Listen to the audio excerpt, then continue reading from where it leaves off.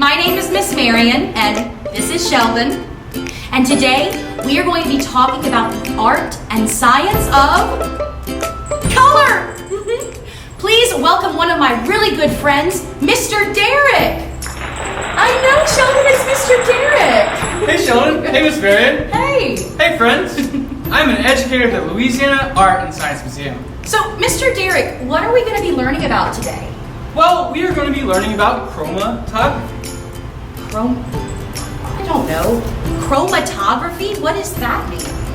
Well, chromatography comes from two Greek words. Chroma, meaning color. Graphy means record. So when you put them together, color recording. And it's taking a solid or liquid and separating it out into different parts. Wow, that sounds so cool. It really is, and it's really simple. You can do this experiment at home. All you need is a few materials. Like what kind of materials, Mr. Derek? Well, a coffee filter, Oh, a cup of water with a little bit of water in it, something to draw on because you don't want to mess up your table, so newspaper, or we're using these trays, and some markers. oh, wonderful. I can't wait to get started. Alright, so take your filter paper and put it on your tray, kind of like we have, or your newspaper, and then pick a color. Oh, that's an easy one. Sheldon and I share the same favorite color, yellow, because it reminds us of beautiful sunflowers. Well, before you decide on yellow, you might want to think about the color wheel. The color wheel? Yeah, the color wheel. What are the three primary colors? Oh, I know this one. Red, yellow, and blue. Well, the reason why they're primary is because there's no other colors that make those colors. So when we're trying to separate things out into original parts, it might be kind of hard and we may not get the result that we want. Oh, so we should maybe use colors like black or brown. Absolutely. You can use black and brown, those are the best colors, or you can use the secondary colors too. Or if you really want to, you can stick with the primary colors. Well, I'm gonna stick with my favorite color, yellow.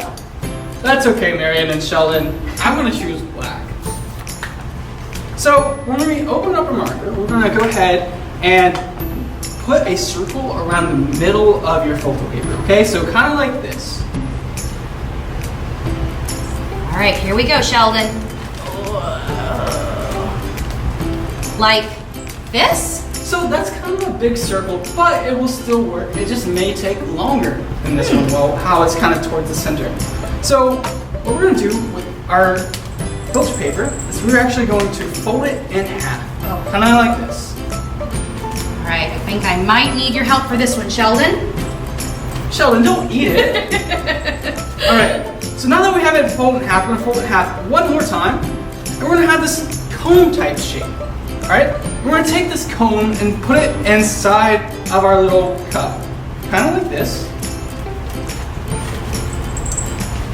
And make sure that the water is actually touching the filter paper. Whoa, wait a minute. It looks like the water is slowly crawling up the paper. Well, that's because it is. It's actually going through a process called capillary action. And that works from surface tension. So whenever the water hits that coffee filter, it kind of absorbs it. Okay? And actually when it starts to hit the color, you might see some new colors come out. Well, I don't know, Mr. Derek. I'm not seeing any new colors. Well, that's because you chose to use a primary color.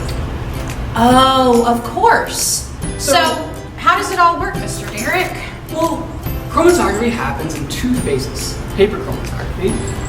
It happens whenever it goes through a stationary phase, like when we decided to use a marker and the filter paper, and a mobile phase, whenever you introduce a solvent to activate that mobile phase. Wait a minute. Solvent? That's a funny word. Can you tell me what that means? Well, a solvent is used to help dissolve liquids or solids, and helping different colors move faster or slower depending on how well they get along. Scientists like us use chromatography in forensics, or trying to see what's inside of foods, or even to see what kind of pollution's in the air. Wow, that is really cool, Mr. Derek, isn't that, Sheldon? Now, is there anything that we can do with this filter paper we have right now? Well, absolutely. In fact, weren't we discussing earlier that we were talking about butterflies? Yes, Sheldon and I learned all about butterflies together. Well, you can actually take this, after it dries, you can make a butterfly, kind of like this. Whoa, and it looks like Mr. Derek took a pipe cleaner and made a little bug body out of it. Now, if you guys at home don't have any pipe cleaners, that's okay. You can just use any old item that you can find around the house. Well, Derek, thank you so much for coming by today and explaining all about chromatography. We are so happy that we were able to connect with you today, and we look forward to getting together again. Check us out on social media and for any other updates or information. All right, bye, Mr. Derek. Bye, friends. See you next time.